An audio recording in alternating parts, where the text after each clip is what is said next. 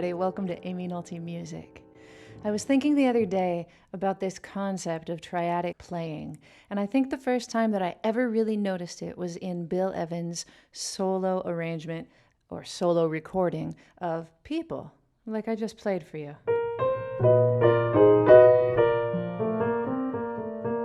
Isn't that nice? Since I noticed Bill Evans using this device in his playing, I tried to be aware of other pianists using it in their playing, and guitarists too, vibe players too. We can all use it, all the chording, comping kind of instruments. And I've come up with some ways that I think you can apply this device into your playing. There'll be a worksheet that goes along with this video, and I'll reference it throughout the video, but you can get it by clicking the card above my head. And I just want to show you a lot of different ways that you can use this kind of sound in your solo piano playing mostly. You could also use it playing with a group, but mostly solo piano playing, to just kind of take your playing to the next level and make everything more beautiful and more rich and lush. All right, let's get started. When I talk about planing, I'm talking about taking some kind of a shape and moving it up and down the piano, keeping that same shape. So it might just be something as easy as this. Also, it might be some fourths. Like maybe you take fourths and you move those up and down the piano. You can hear that kind of idea if you listen to So What.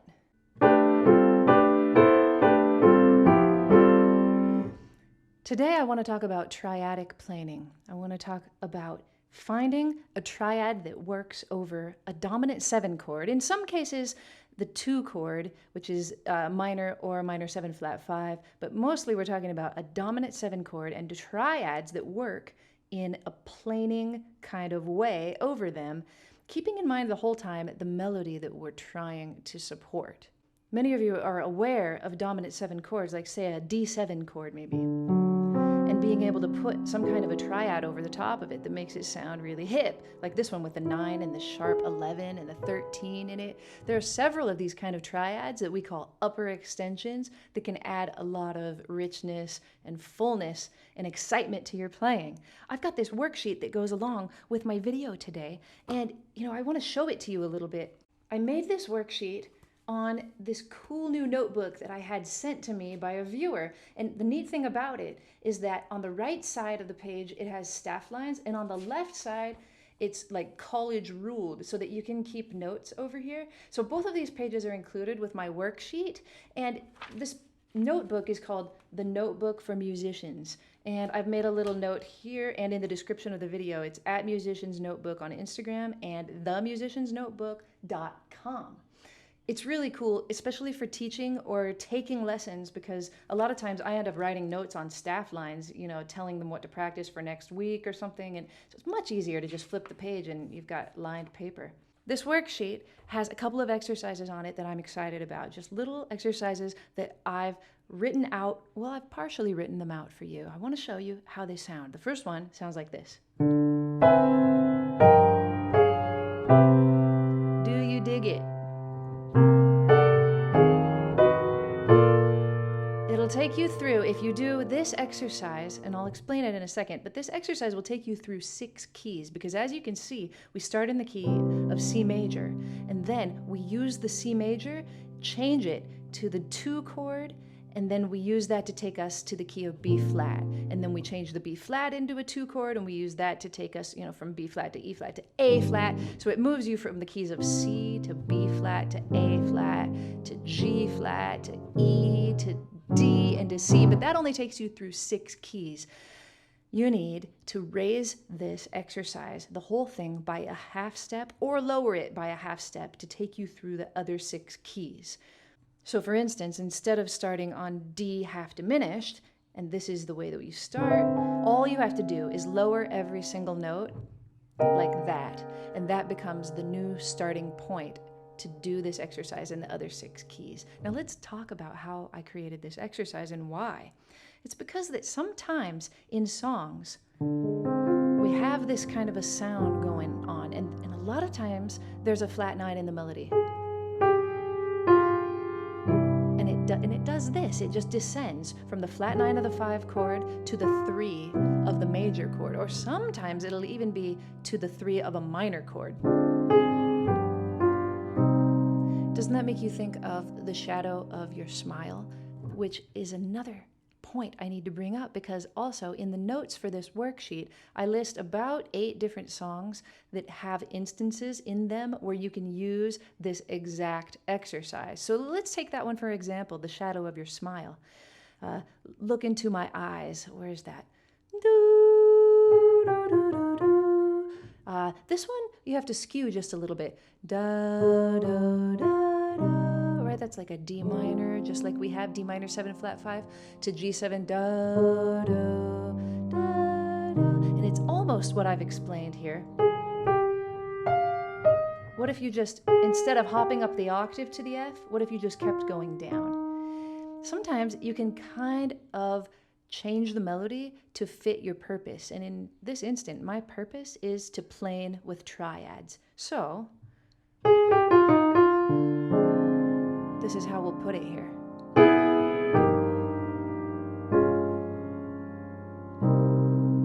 Doesn't that sound nice? Let me tell you how to think about it. At least how I think about it. You might think about it a different way, and that's totally fine. But for me, the way that I think about it is when I get to the 5 chord of where I'm, when I get to the 5 chord that has the flat 9 in it, I think, okay, the flat 9 is an A flat, and then I try to think of it like this. What is A flat, or it might be G sharp, you never know. What is it the middle note of? Which triad is it the middle note of? And the answer is E major. Then what you want to do is make this be the top note. So you're going to put that B on the bottom. So we're going to play it in second inversion. Like that. And then you get your really hip sound. You've got the 3rd and the 13 and the flat 9. And then all we have to do is lower it a half step. And now we've got the sharp 9, the sharp 5, and the root. Usually I wouldn't tell you to play a root up high when you're voicing a chord, but in the context of these moving triads, it sounds hip. And you get licensed to do things that you might not do otherwise. It's like exception to the rule time. Ooh, and we move it one more time and we've got flat 9, flat 5, and 7. And then in the case of Shadow of Your Smile, it does resolve to a minor chord. So you could just play like that, or if you'd like, maybe you could add the major 6 or even the major 7. You could walk it down. You've got all kinds of options. I leave that to you. But the main thing I want you to do today is to hear places in songs where you can add these triads. So let me play for you another song, and this will lead me actually to exercise number 3. I'll skip number 2 for a second, but check out this song.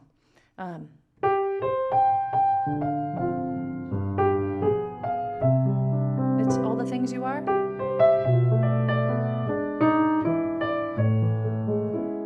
I'd like you to be able to hear that and think, all right. And then hear the fact that there is a really strong flat 9 on a dominant chord and think, is there a way that I could use this little triad planing exercise on this song? So sometimes, like I said, you can skew the melody. How would it sound if we used that same melody we used before? Sometimes I do that when I sing this song. You are the angel glow that lights a star. Instead of going, you are the angel glow that lights a star. And I know of, a lot of players that do that too once in a while. But for our purposes today, it's magic.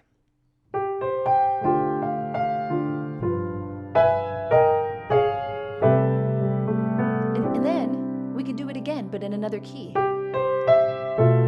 Because over this E7 chord, flat 9, we could do the same thing. So we think about the flat 9, we think what major triad is it the middle note of?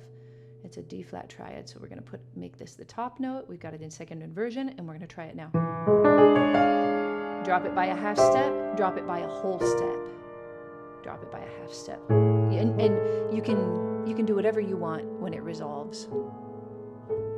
But that is the magic of it. That's where it's at. And in fact, the third exercise takes you through all the things you are, because I think it's a really nice way. So imagine we've just done the second part of that.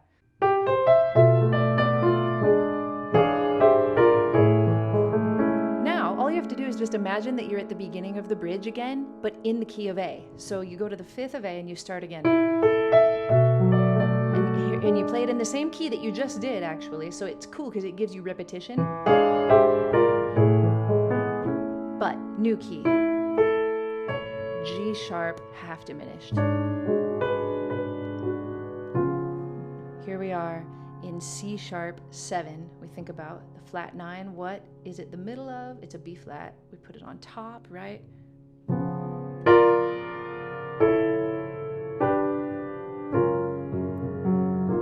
Now we do it again in this key. And here it is again to give us extra practice. But next key. Here we go. Right, here comes the B flat. There it is. You should start to get kind of fast at it after a while. Right? And you move through like that. Now this exercise, I've written it in the notes, but it'll only take you through 4 keys doing it in this way, because you start in the key of C, you'll move to the key of A, you'll move to the key of G flat or F sharp, and then you'll move to the key of E flat, and then you're back to C. So again, you'll have to raise this, start your second time through the exercise moving from starting in D flat, and then the third time you'll have to start in D. I hope that makes sense. Now the second exercise is kind of a crazy one, but I really like it. It just takes a different position of planing and moves you through that. It sounds like this. And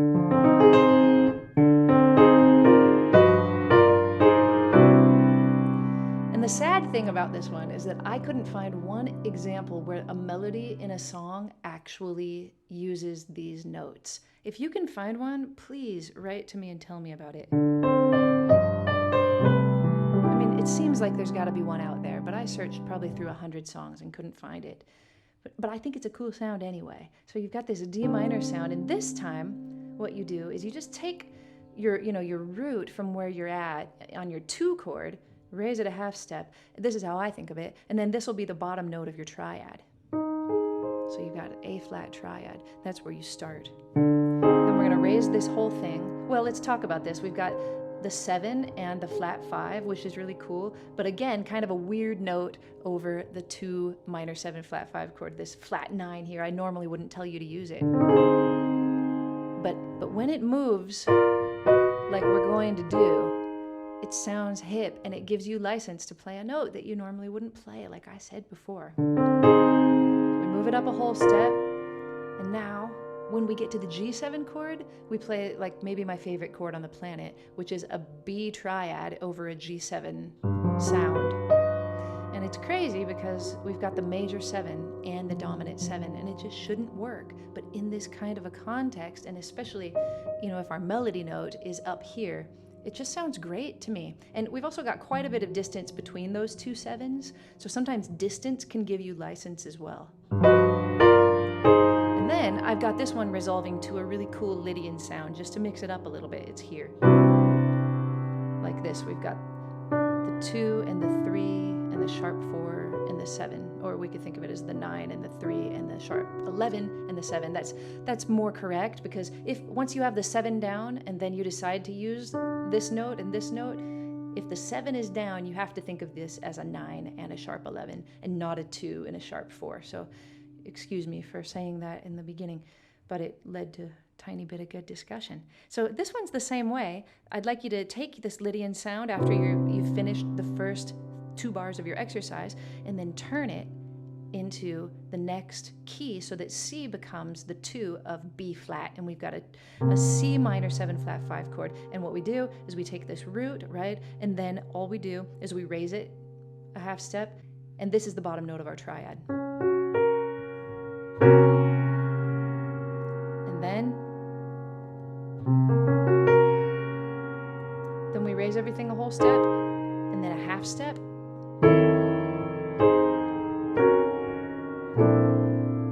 That's our second one. And then you do the same exact thing to move it through 6 keys, and then to move it through the other 6 keys, you raise it a half step. I think, you know, if you were to go through one of these exercises a day through all the 12 keys, you're going to start to hear so many more exciting things. And as you just play tunes, just any tunes, it'll come out. You know, in my tune, Falling Snow, I use it in the recording. You can hear. And even though you're gone, I feel the same. And that never would have come to my mind if I hadn't drilled myself in these kind of exercises. But I didn't even really have to think about it. It just kind of came out, and I played those triads on Falling Snow. That's when it's magic, when you don't even really have to think because you've played exercises so many times that it just starts to come out in your playing. It's my biggest wish for you all. Thanks for hanging out, learning something new with me. Don't forget to pick up the worksheet if you think it'll help you. You could also just take screenshots. All of my videos are just for free on YouTube. Once in a while, there's a worksheet to go along with it when I think you might need a little extra help.